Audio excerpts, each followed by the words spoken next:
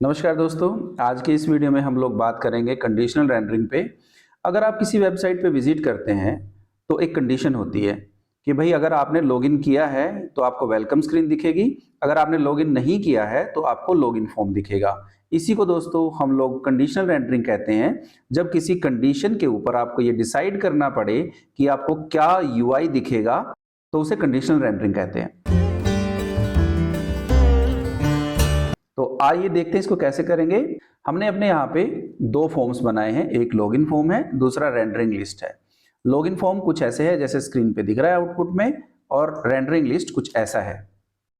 तो दोस्तों हम ये चाहते हैं कि जब मैं लॉग्ड इन हूं तो मुझे ये स्क्रीन दिखे, और अगर मैं लॉग्ड इन नहीं हूं तो मुझे ये स्क्रीन दिखे।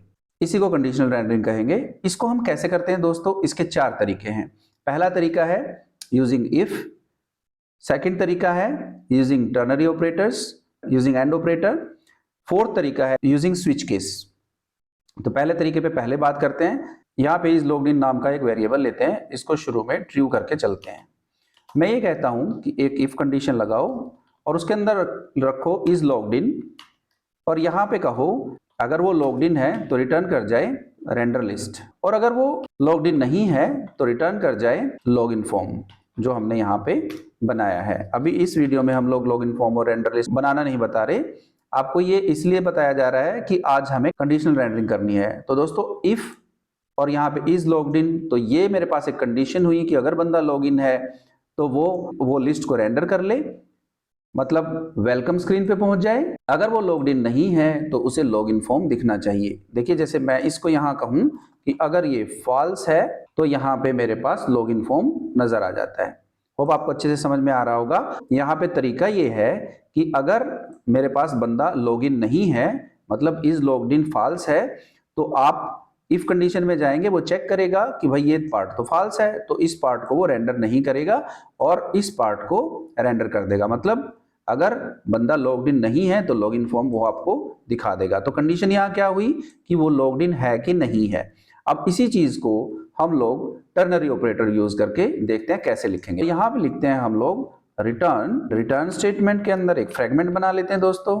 इसके अंदर हम लोग कर्ली ब्रेसेस, क्योंकि जावास्क्रिप्ट कर्ली ब्रेसेस के अंदर ही रखते हैं, इज लॉग्ड इन हम लोग इस तरीके से लिखेंगे, और यहाँ पे लिखेंगे इफ इट इज ट्रू होगा तो क्या होगा, रेंडर लिस्ट दिखा देगा, है ना। और अगर वो ट्रू नहीं है तो इस पार्ट में जाएगा कोलन के बाद, और यहाँ पे मेरे पास लॉगिन फॉर्म दिखा देगा। तो दोस्तों देखिए ये एक बड़ा कम्पैक्ट सा तरीका है और प्रोफेशनली इसको ज्यादा हम यूज करते हैं। तो यहाँ पे आप देख रहे हैं कि वो क्योंकि फॉल्स है, इज लॉग्ड इन, तो इस तरीके से यहाँ पे लॉगिन फॉर्म दिखा रहा है। अगर इसको हम लोग ट्रू कर लेंगे तो हमारी कंडीशन चेंज हो जाएगी और हम लोग देख पाएंगे अपना वेलकम स्क्रीन। ठीक है, नेक्स्ट हम बात करते हैं एंड ऑपरेटर पे। तो दोस्तों एंड ऑपरेटर कैसे काम करता है, हम लोग इसी तरीके से रिटर्न स्टेटमेंट के अंदर यहां पे इज लॉग्ड इन के बाद एंड लिख देते हैं, और यहां पे कहेंगे कि अगर वो बंदा लॉग्ड इन है तो रेंडर लिस्ट दिखा दे मेरे पास। अब यहां पे एल्स का कोई केस नहीं होता दोस्तों, एल्स यहां पे काम नहीं करता है। क्यों नहीं काम करता है, क्योंकि ये चीज हम लोग सिर्फ एक ही कंडीशन के लिए दे सकते हैं। और एंड ऑपरेटर कैसे काम करता है, एंड ऑपरेटर ये कहता है कि if this part is truthy then I will run the second part after and. अगर ये ट्रूथी है तभी इस एंड पार्ट को रन करेगा। ठीक है दोस्तों, नेक्स्ट हमारे पास है स्विच केस, जो इसी तरीके से कंडीशन बेस्ड है। आइए इसको भी देख लेते हैं। ये इफ एल्स का असल में रिप्लेसमेंट है। जब आपके पास कंडीशन दो से ज्यादा हो, पास हमने दो ही केसेस को कंसिडर किया है यहाँ पे, तो स्विच केस में आपको लिख के दिखा देता हूं। हम लोग स्विच केस में स्विच सिंपली लिखेंगे, अंदर कंडीशन लिखेंगे इज लॉग्ड इन, और यहाँ पे दोस्तों ये इसका कर्ली ब्रेसेस के साथ इसकी बॉडी बनाएंगे, और यहाँ पे हम लोग लिखेंगे case when it is true and case when it is false. और ट्रू पार्ट में हम क्या रिटर्न करेंगे, आपको पता ही है, अगर वो ट्रू है तो भाई लिस्ट को रेंडर कर दे। कितनी देर से हम यही काम कर रहे हैं। अगर वो फॉल्स है तो क्या रिटर्न कर दे, लॉगिन फॉर्म, है ना।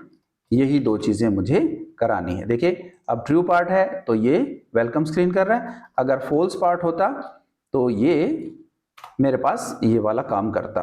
ठीक है दोस्तों, आज के इस वीडियो में हम लोगों ने कंडीशनल रेंडरिंग पे बात की, जिसमें हम कंडीशनल रेंडरिंग को इफ एल्स के साथ, टर्नरी ऑपरेटर के साथ, स्विच केस के साथ और एंड ऑपरेटर के साथ करते हैं। तो इस वीडियो का सारा कोड आपको गिटहब पे मिलने वाला है, लिंक नीचे डिस्क्रिप्शन में दिया है।